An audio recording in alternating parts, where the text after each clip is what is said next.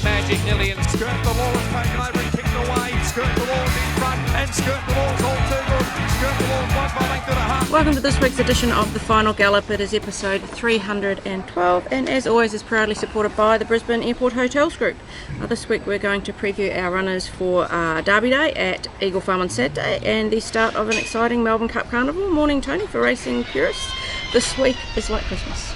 Yeah, good morning Craig, good morning everyone. Yeah, it is the big one, isn't it? It's the start of Cup Week, which, you know, arguably is the most exciting week of racing in Australia. 4 days there at Flemington, which is yet again arguably our best track. So it's the start of a really big week, for us. We runners there on Tuesday and Saturday, which I certainly am looking forward to getting down there and being a part of Cup Week. So I think it's amazing. I think it's hard to replicate. We have Royal Ascot over in England, obviously, that has a similar type vibe, but for us here in Australia, I think this Melbourne Cup Week, it has it all. There's something for everyone, there's a race for everyone, and it's just such an exciting week. There's plenty on the track, plenty happening off the track, and it's going to be a whole lot of fun. Kicking off with what you did say, the Pureless Day, Derby Day, the black and white. Black and white, yes.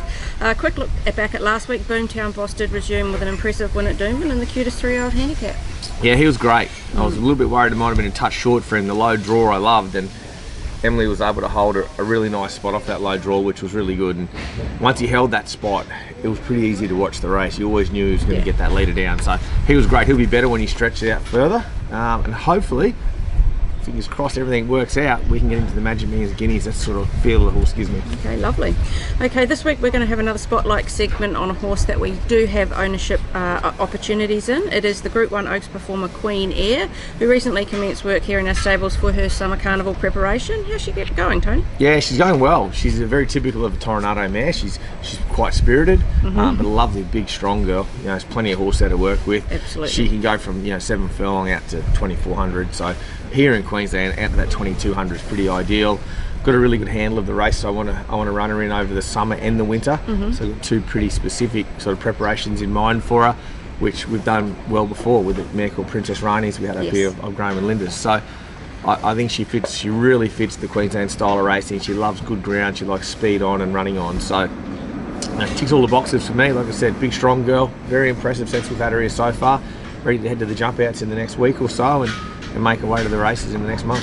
And she also does have the potential to be a good broodmare sales prospect down the road. Well, absolutely. I mean, her pedigree and performance on page will never change. So she's always going to be a Group 1 place getter, but she's always got that value already behind her. So residual value is a word you hear a lot of at the yearling sale time, but at the end of the day, those are unraced. This mare has got residual value because she's already got that Group 1 placing beside her, and we all know how sought after these Oaks perform mares are when they go to stud, and she'll be no different. She's a big, physically imposing mare, which I think when you go to stud, those sort of mares mate really well. So she's a lovely mare for that side of things, but for me, first and foremost, I want to get her to the track, and I'm pretty excited about getting her here in Queensland. And she's a real summer winter carnival type mare that people are going to have a lot of fun with. Okay, so if you are interested in coming into Queen Air, please get in contact with us at sales@gollanracing.com.au, or you can contact any one of us directly. And this week we will also have our latest promotion courtesy of the Brisbane Airport Hotels Group. The prize is a $200 voucher to Catalina Restaurant at Novotel Brisbane Airport. To enter, head to our Facebook page, look for this week's post about the Final Gallop, click on the link that we provide and enter your details to go into the draw, and we will announce the winner on next week's show. Is it when 5 Star gets back, or is he still going to be Bulla Bulla over in Fiji? He's living the life, Mr. 5 Star out there, I hear. So well done to him too. Good on him. He deserves a break because he runs an outstanding ship out there at the Airport Hotels Group. He does. Okay, on to the preview of our runners for Eagle Farm on Saturday. The rail will be in the 1 metre position. The track is currently a soft 5 with a chance of showers tomorrow and race day. Eagle Farm does absorb the rain pretty quickly, so you'd be pretty confident that we'll get back to the good 4 soft 5 range. This track's been racing amazing. It's been racing really, really well. In fact, I think the other day it caught a few riders and people off guard with how quick it raced. You know, it really is back to where it needs to be heading into this summer. I think the only meeting it blotted its copybook was our first day back, where the fence was no good at all. So it's racing really well. Track will be a good 4. And riders have just got to ride the track as it plays on the day, but I think it'll be a terrific surface. The surface looks outstanding. Okay. We do start in race 1, which is the 2-year-old handicap over the 1,000 metres. We have Lockyer running in this race with 58.5 kilos. Ryan Maloney rides barrier 6. He's just over the back of the box there playing with his He's playing little with his toy, yeah. Playing with his toy. Young boy. Young boys and their toys. Correct. He is currently paying $3.40 to win and $1.40 for the place. He's an I'm Invincible colt from the Magic Millions January sale, and being a full brother to the Group 2 winner Strasbourg, who is now a stallion at stud.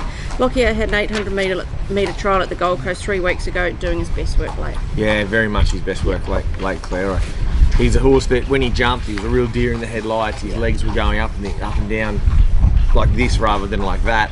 And he just wasn't concentrating on what it was all about. Once he eventually got into his stride, that last half furlong of his trial was very, very good. He's improved significantly from then. That was the jump out the week sort of prior, and that was all quite quick on him. And then we've been able to sit back off him from now and just really work him into this race. And he's improved sharply. Race day experience is going to be a bit trickier for him. They're going to get out and get hustle and bustle like the 2-year-olds do, and he's not that sort of 2-year-old. He's not your jump, run on fear sort of Vinny 2-year-old that's up banging on speed. He's more of the horse that wants to find his feet, get into his action, then he's got a good finish on him. So, albeit he will be giving a few of these speedier types a little bit of a start, they won't want to be paddling late because he'll be really hitting the line. He's a very impressive colt. He is. Whether it's now or whether it's in the autumn towards the winter, he's going to let me know on Saturday, but he gives me the feel of a well above average horse. Okay.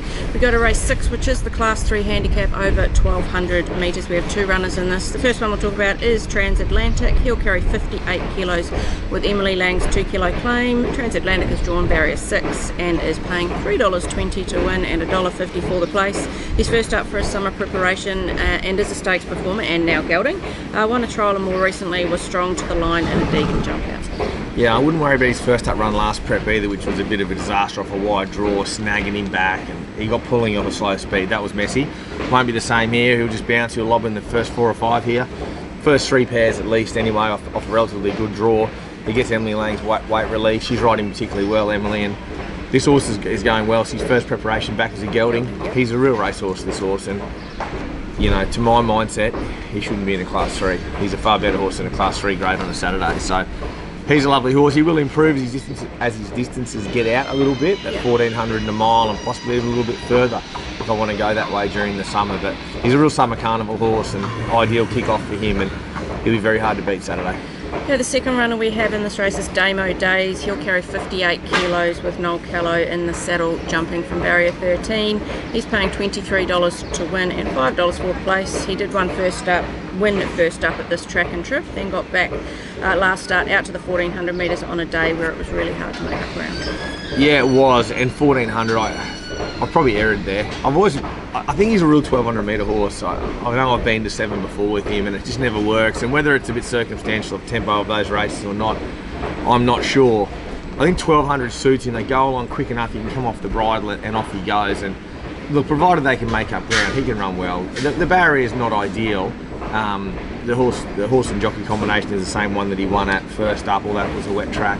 I see this horse running a much improved race. It just depends on how Eagle Farm races. So Transatlantic on top. He goes on top. He's got the low draw, and he's going to find a nice position. If the other horse drew lower, he could be midfield, and I think his quote would be halved. But Transatlantic's got the form on the board. I think he was second favourite in the Guineas here, or third favourite in the Guineas here in the winter. So it sort of tells you the level of horse he is. And as a gelding, he's come back better, so he's on top. Then we go down to race 9, which is the open handicap over the 1,400 metres. Substantial is in this, carrying 52 kilos with Emily Lang's 2 kilo claim. He's drawn barrier 5. At the moment, he is paying $4 to win and $1.70 for the place. Nice win second up at this track and trip in a Class 6. Now into open grade, and Emily's claim gets him in well at the weight. Oh, he drops, I think, at 6.5 kilos or something off what he carried the other day. So he doesn't go up in grade, but I love that significant weight drop for doing that. He's drawn kindly. He loves Eagle Farm. He's only the 2 runs for the stable. Doomman just didn't suit him. He crabs around there. He just doesn't get around it, you know. But Eagle Farm, he loves it, and he can race 4 to the speed. He can be anywhere in the first 4 or 5. I think ideally second pair with cover suits him best. But we saw the other day when he was just second, come back off leader, he was still fine. So he's going really well, very fit. He's a very confident horse now. That wind's really a little bit of wind in his sail, and his record at Eagle Farm, I think it's just about unblemished. I think he's had a second or something. He was nearly behind Antino, or a third behind Antino way back a time ago, and then 2 wins. So his record track and trip is outstanding, and I expect him to be exceptionally hard to beat. Okay, we are into the final furlong of this week's Final Gallop. Who do you think is your best winning chance at Eagle Farm on Saturday? Yeah, with a small team, Claire, it was a tough to pick which one out because I do think I got really good chances in the 3 races we're in. But I'm going to settle on the horse I think is the best placed on the day. Yeah. And that doesn't mean the other 2 can't win either, but I'm going to settle on Transatlantic, fresh up. I've had a great prep with him. I just think him being in Class 3 grade has him beautifully placed. He's a bit upset. You Sorry, buddy. Sorry, mate. Your best each way chance? Well, I don't really have any each way quotes apart from Damo Days, and it's going to be a bit tricky. Depends on how the track plays for Damo. If they can run on, he can definitely run into the placings in what's a good Class 3. But I'll stay out of the each way claims, and I just think it'd pay to follow us. If he got out to $4 for some unknown reason, or substantial, just about $4, he'll definitely run top 3. Okay, your best at the provincials. We've got Ipswich Friday, Gold Coast, and Toowoomba on Saturday. Yeah, it's tricky. There's a few. We haven't got a big team, but we've got a pretty strong sort of team there. Geez, I could nearly say tipped off in a 1350 mate. I never thought I'd be tipping him as my best provincials, but he's up there. Or is a power race, Mare in Form, under the 800 at the Gold Coast. Anthony Allen won her over 2,000 at Warwick the other day. So I'll swing with power race. I'll stick with her. She's going really well over at Trip, and Ant knows her well. Okay, your best track worker this week? My best track worker this week, him. Lockyer? Yeah, really nice colt this, and for what he's doing, for where he's at in his life, he's a ripper. He's not a naughty young horse either. No. His mind's on the job. So Lockyer's my track worker of the week. Okay, and do you have a couple that impressed you from the trials at Deagon on Tuesday? Yeah, I did have a few out there. I quite like the way they trialled. I quite like the look at Cannonball on a wet track, a new horse of James Harron's that's up here, and he's not noted for like any sort of wet ground. I thought he trialled quite well, although pretty soft sort of trial. But the one I wanted to see trial well and pull up well was Skirt the Law. I was just so happy with her, just how she trialled, but also just how she was post-trial, and particularly here on the Wednesday morning when we trot them up and go over them after trial. It's like she's trotting on clouds. She's really free and well. So she's probably the key, and if we can get her back to her best, it's an exciting summer for the bunch of ladies involved in her. And your winner for the week? Winner for the week, well, it was a pretty light week. I'm not going to go right back to Gatton, so I'll stick to Boomtown Boss on Saturday. Although special mention of Freedom Rally's run in Sydney. It was really good. Geez, he run good. You know, performance of the week. It is, and he was unreal. He should have won. He just couldn't get the right position we wanted to get to. But he's run for a 5 Diamonds, preparation in 2 weeks, and the money's obscene down there. 96,000 to run 3rd in that race. So he went great, and I'm looking forward to the 5 Diamonds with him. But Boomtown Boss, he's the winner of the week, and a group of owners there that can probably start January dreaming if things start to work out over his next couple of runs. Well, don't get their hopes up. Okay, it's time for Cav's Corner, which is supported by the Brisbane Airport Hotels Group. A donut for Cav's multi last week. He's going through a bit of a dry patch, but maybe the Cup Carnival will bring out the best in him. What has Cav got for us this week? Welcome to Cav's Corner for this week. This week we'll venture to Eagle Farm. We'll go Lockyer, a win, into Transatlantic, a win. Good punning, guys. Well, he's gone win-win. He's gone Lockyer. Don't listen. Don't carry his weight. And then Transatlantic, a win. What are your thoughts on that one? Well, I'll tell you, he's picked 2 bloody good-looking boys. Yeah. He's a good-looking rooster, this fella. He's a very good-looking young colt, which he cost a lot of money, but he's a nice horse. And Transatlantic, he's an absolute stunner. Yeah. And now he's a gelding. He's could be the real deal, I think. So really happy with. I love his multi this week, actually. My only concern is the big fella here, whether they might be a bit sharp for him this early in his career, but he's done enough and showed us enough, and he's well enough in himself and beautiful and sound to go to the races and have a look at things, and if it pans out, he'll be pretty exciting. Well, good luck at Eagle Farm on Saturday, Tony. A big day for racing, not only for our stable, but also Melbourne Cup Day. Yeah, before I finish off, I just want to touch on a quick thing. Very good friend of mine and friend of the stables, Tony Curry's father, passed away, Roger, so I want to wish condolences to all his family. His funeral is today.